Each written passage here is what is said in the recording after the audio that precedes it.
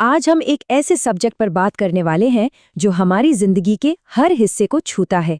लेकिन मजे की बात यह है कि हमें इसके बारे में स्कूल में कभी सिखाया ही नहीं गया।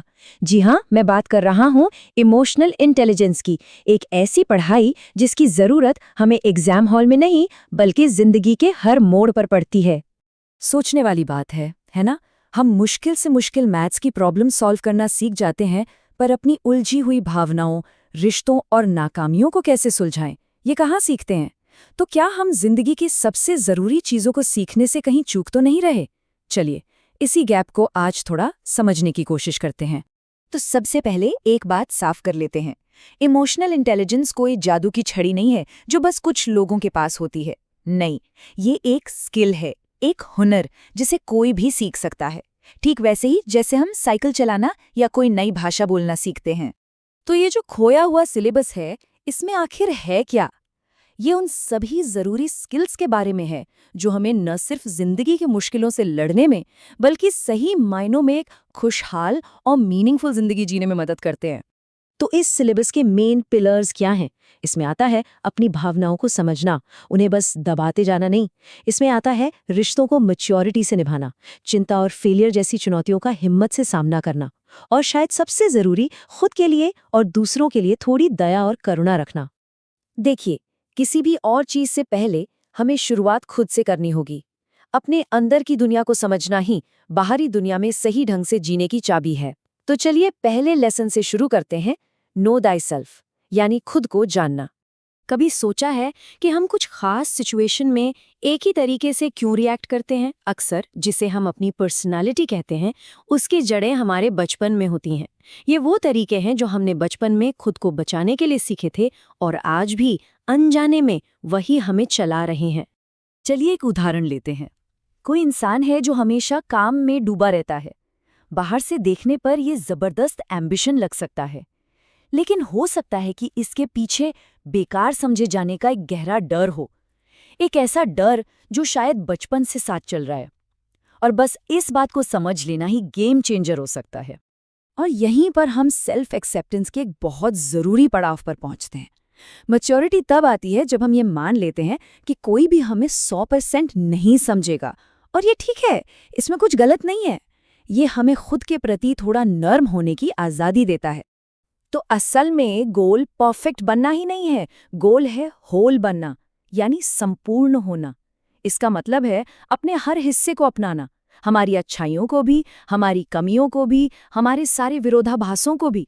सच्ची समझदारी इसी में है। ठीक है, तो अब जब हमने खुद को समझने की नींव रख दी है, तो चलिए देखते हैं कि हम इन स्किल्स को अपनी जिंदगी के दो सबसे बड़े मैदानों, हमारे रिश्तों और हमारे काम में कैसे इस्तेमाल कर सकते हैं। हम सब फिल्मों वाली लव स्टोरीज देखकर बड़े हुए हैं, है ना? जहाँ सब कुछ परफेक्ट होता है। लेकिन असल टिकाऊ प्यार कैसा दिखता है? वो असल में दो अधूरे लोगों की कहानी है जो एक दूसरे को बड़े प्यार और सब्र के साथ सिखाने और एक दूसरे से सीखने के लिए तैयार रहते हैं। अगली बार जब किसी बहस में पड़ें, तो एक पल के लिए रुककर सोचिएगा, इस गुस्से या इन शब्दों के पीछे असल में क्या छिपा है? अक्सर वो कोई हमला नहीं होता, वो मदद के लिए एक पुकार होती है जो कह रही होती है, प्लीज मेरे दर्द को समझो। और यही बात हमारे काम पर भी लागू होती है। यहाँ दो ऐसे माइंडसेट शिफ्ट हैं जो सब कुछ बदल सकते हैं। पहला, सिर्फ स्टेटस या तालियों के लिए काम मत कीजिए, बल्कि ये सोचिए कि आप क्या मीनिंगफुल योगदान दे सकते हैं। और दूसरा, फेलियर को बेइज्जती की तरह मत देखिए, उसे एक ट्यूशन फीस समझिए जो आपने कुछ सीखने के लिए चुकाई है। ठीक है, अब थोड़ा और गहराई में उतरते हैं। कुछ ऐसी एडवांस्ड कॉन्सेप्ट्स की बात करते हैं जो हमें सिर्फ ठीक ठाक जीने से एक सच में सार्थक जिंदगी की ओर ले जा सकती हैं। हम में से ज्यादातर लोग एंग्जाइटी को अपना दुश्मन मानते हैं, उससे लड़ते हैं। पर क्या हो अगर हम इसे एक दोस्त की तरह देखें, एक मैसेंजर जो हमें बता रहा है कि हमारी जिंदगी में कुछ है जिस पर ध्यान देने की जरूरत है। ये एक सिग्नल है, कोई खतरा नहीं। और ये हमें एक बहुत ही पावरफुल आइडिया की तरफ ले जाता है, फिलॉसफिकल कामनेस। अब इसका मतलब ये नहीं है कि हमें कुछ महसूस ही ना हो। इसका मतलब है दर्द को स्वीकार करना, पर उस दर्द के बारे में और ज्यादा पैनिक किए बिना। मतलब समझदारी के साथ महसूस करना। अक्सर हम सोचते हैं कि जिंदगी का मकसद कहाँ मिलेगा। जवाब शायद हमारे अपने दर्द और संघर्षों में छिपा है।